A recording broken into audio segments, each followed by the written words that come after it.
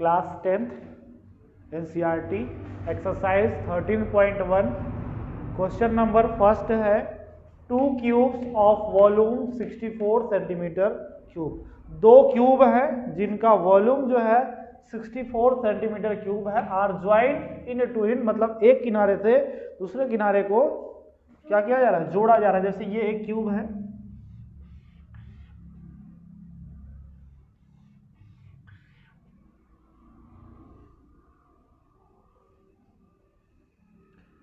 और ये एक दूसरा क्यूब है, दोनों आइडेंटिकल हैं, मतलब सेम साइज के हैं, ठीक। और इनको ज्वाइन किया जा रहा है,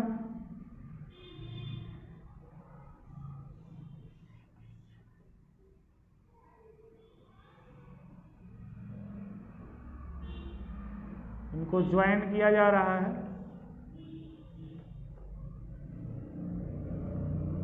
देखिए एक क्यूब है, दूसरा क्यूब बनाना होगा तो क्या होगा, इसी को आगे बढ़ा के एक स्क्वायर इधर बना दीजिए, और ये ऊपर वाले को बढ़ा के एक स्क्वायर बना दीजिए, वो ज्वाइन कर दीजिए। देखिए दो क्यूब एक में ज्वाइन हो गए। तो कहा गया 2 क्यूब्स ऑफ वॉल्यूम 64 सेंटीमीटर। जैसे मान लीजिए इसका साइड ए है और इस क्यूब में सभी साइडें क्या होते हैं, इक्वल होते हैं ना, क्यूब में सभी साइडें इक्वल, तो ये भी ए होगा, दोनों आइडेंटिकल है तो दोनों का साइज क्या होगा, सेम होगा ना। अब इनको जब ज्वाइन किया जाएगा तो यहाँ से यहाँ तक ये ए था और ए इसमें क्या होगा और ज्वाइंट हो जाएगा, लेकिन जो इनका ब्रेथ है, ब्रेथ क्या होगा, ए ही रहेगा, और हाइट क्या होगा, ए हो जाएगा। तो वॉल्यूम ऑफ क्यूब दिया हुआ है, वॉल्यूम ऑफ क्यूब कितना दिया हुआ है, 64 सेंटीमीटर क्यूब। और आपको पता है कि क्यूब का वॉल्यूम क्या होता है, ए क्यूब होता है, मतलब साइड का क्यूब होता है। इसका साइड ए है ना, ए क्यूब बराबर हो जाएगा 64 centimetre cube.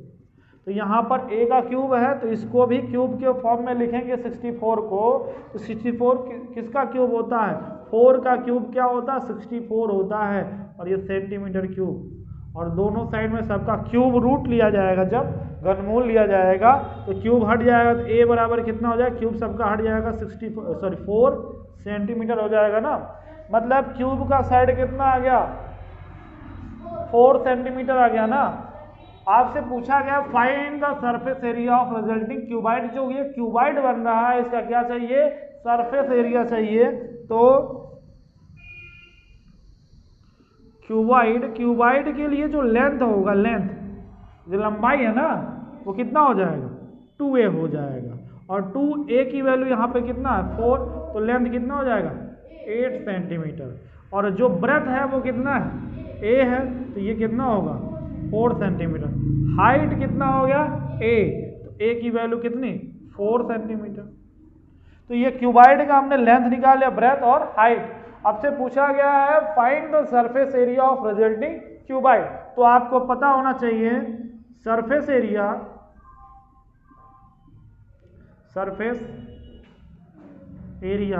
Of cuboid. Cuboid का सरफेस एरिया क्या, 2 ब्रैकेट में LB plus BH plus HL होता है, बताया गया है। अगर मान लीजिए भूल जाता है तो इसको ऐसे लिख लीजिएगा, L है, B है, H है, तो 1/2 लिखिए ब्रैकेट में, L और B का मल्टीप्लाई करिए LB, B और H का मल्टीप्लाई करिए BH, फिर उसके बाद HL कर दी, H का L में मल्टीप्लाई कर दी, HL हो गया। ये हो गया टोटल सरफेस एरिया, ठीक है।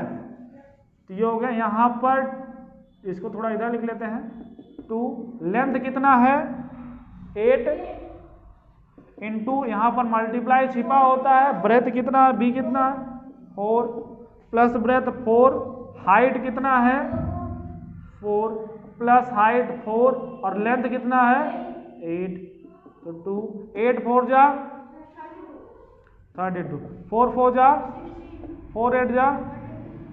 अब देखिए यहाँ पर वंश को वंश से ऐड कर लेंगे, 2 और 6 8, 8 और 2 10, 3 और 1 4 और 3 4 और 3 7 ना, और 1 कैरी बचा हुआ था 8 हो गया, ब्रैकेट मीन्स मल्टीप्लाई होगा कितना हो जाएगा 160 सेंटीमीटर स्क्वायर। ये हो गया आंसर। समझ में आया? हाँ, देखिए यहाँ क्यूब के लिए आपको बता दे रहे हैं, क्यूब के लिए जो सरफेस एरिया पूछा जाए या टोटल सरफेस एरिया, क्यूब के लिए होता है 6a²। लेकिन अगर यही लेटरल सरफेस एरिया या इसी को कहा जाएगा एरिया ऑफ फोर वॉल, इसी को एरिया ऑफ फोर वॉल भी कहा जाता है। और ये भी कितना होता है 4a², मतलब चारों साइड का स्क्वायर। ठीक है, ठीक, ये पहला फार्मूला इसमें हो गया। और वॉल्यूम ऑफ क्यूब क्या होता है? क्यूब का वॉल्यूम होता है a³, जो कि यहां पर यूज हुआ है। डायगोनल ऑफ क्यूब का डायगोनल क्या होता है? √3a होता है। इसी तरह क्यूबॉइड के लिए क्या होता है? क्यूबॉइड के लिए जो सरफेस एरिया होता है, सरफेस एरिया या टोटल सरफेस एरिया सेम है, 2 ब्रैकेट में LB + BH + HL होता है, जो कि यहाँ पे यूज हुआ है। और यहाँ पर लेटरल सरफेस एरिया क्या होता है? 2 ब्रैकेट में L + B × H होता है। ठीक है, वॉल्यूम क्या होता है? वॉल्यूम क्या होता है क्यूबॉइड का? लेंथ × ब्रेथ × हाइट, लंबाई गुणे चौड़ाई गुणे ऊंचाई। और डायगोनल क्या होता है? √L² + B² + H² होता है। ये डायगोनल का लिए हो गया। समझ में आया? तो इसको नोट कर लीजिएगा।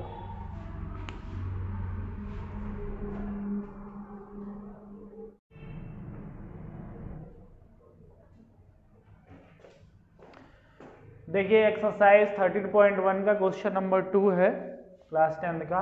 ए vessel is in the form of the hollow hemisphere. Hollow hemisphere जानते हैं ना, जो अर्धगोला होता है, जैसे बॉल है वो आधा काट दिया जाए तो क्या होता है? हॉलो हेमिस्फीयर होता है। माउंटेड बाय ए हॉलो सिलेंडर, मतलब वो उसके ऊपर क्या लगा हुआ है? हॉलो सिलेंडर, खोखला बेलन लगा हुआ है। ठीक है, the diameter of the hemisphere का डायमीटर 14 सेंटीमीटर है। And the total height of the whistle, जो बर्तन है, पात्र है, उसका जो टोटल हाइट है कितना है? 13 centimetre. Find the inner surface area of the whistle, मतलब पात्र का अंतःपृष्ठीय क्षेत्रफल बताना होगा। देखिए इसका फिगर बनाते हैं।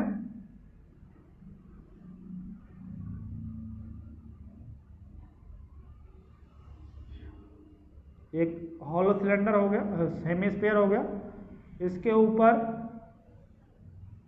एक सिलेंडर लगा हुआ है। ठीक है, ये एक अर्धगोला है, उसके ऊपर एक खोखला बेलन लगा हुआ है। अब दिया है अर्धगोले का जो व्यास है वो कितना है? 14 centimetre. Diameter of the hemisphere is 14 centimetre, मतलब ये कितना है? 14 सेंटीमीटर है। तो डायमीटर जब 14 सेंटीमीटर है तो बताइए रेडियस कितना होगा? इसका आधा होगा ना डायमीटर। देखिए रेडियस जो होता है डायमीटर का क्या होता है? आधा होता है। उसमें 14 में 2 से डिवाइड करें कितना होगा? 7। तो ये भी तो आपका रेडियस है यहाँ से यहाँ तक, तो ये भी क्या होगा? 7 सेंटीमीटर होगा कि नहीं होगा? होगा ना। और आपको दिया है the total height of the whistle, मतलब बर्तन का जो टोटल हाइट है, कुल हाइट है, वो कितना है? 13 सेंटीमीटर है। तो हमें टोटल हाइट से मतलब नहीं है, हमें सिलेंडर का हाइट चाहिए। तो सिलेंडर की हाइट के लिए टोटल 13 में से क्या माइनस कर देंगे? 7, तो कितना बचेगा? 6 सेंटीमीटर हो गया। तो यहां से आपका जो हाइट ऑफ सिलेंडर का हाइट जो h है वो कितना है 6 सेंटीमीटर है। ठीक है, अब आपको चाहिए बर्तन का टोटल इंटीरियर सरफेस एरिया ना। तो देखिए total inner surface area of the vessel, ये क्या हो जाएगा, यहां पर हो जाएगा कर्ड, इसको शॉर्टकट में लिख देते हैं, curved surface area of hemisphere plus curved surface area of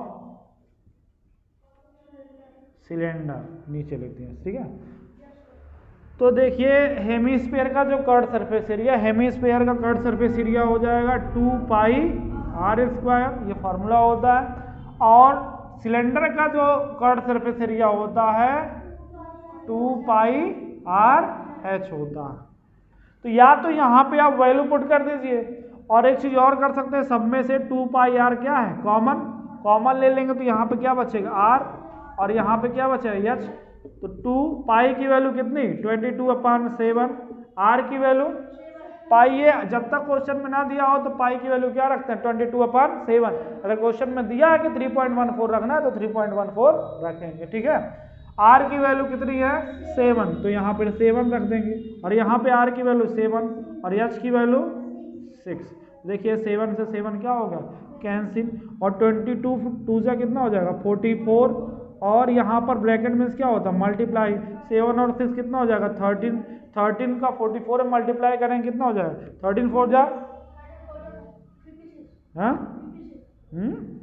56 होता है, और टेबल कितना होगा 52 होता, 56 बोल रहा है।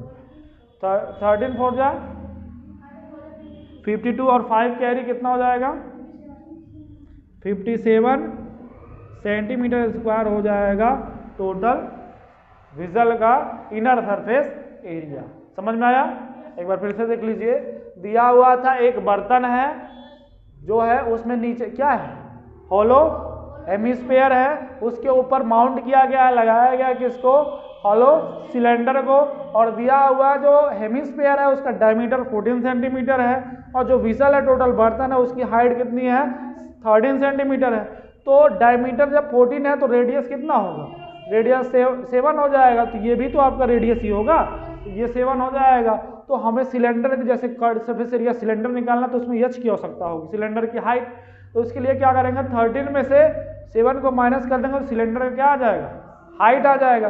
तो बर्तन का टोटल इनर सरफेस एरिया के लिए इसमें क्या क्या है, एक हेमिस्फीयर है अंदर और क्या है सिलेंडर है, तो हेमिस्फीयर का कर्ड सरफेस एरिया और सिलेंडर का कर्ड सरफेस एरिया लगाएंगे। तो हेमिस्फीयर का जो कर्ड सरफेस एरिया होता है 2 पाई आर स्क्वायर। अगर टोटल स्फीयर होता ना, एक स्फीयर होता गोला होता उसका 4 पाई आर स्क्वायर होता है, और सिलेंडर का कर्ड सरफेस एरिया क्या होता है 2 पाई आर एच। लेकिन अगर टोटल सरफेस एरिया सिलेंडर का क्या होता है तो एच की जगह पे एच प्लस आर होता है ब्रैकेट में। ठीक है, दोनों में देखा हमने 2 पाई आर कॉमन है, कॉमन ले लिए, यहाँ पर आर बचा और ये एच।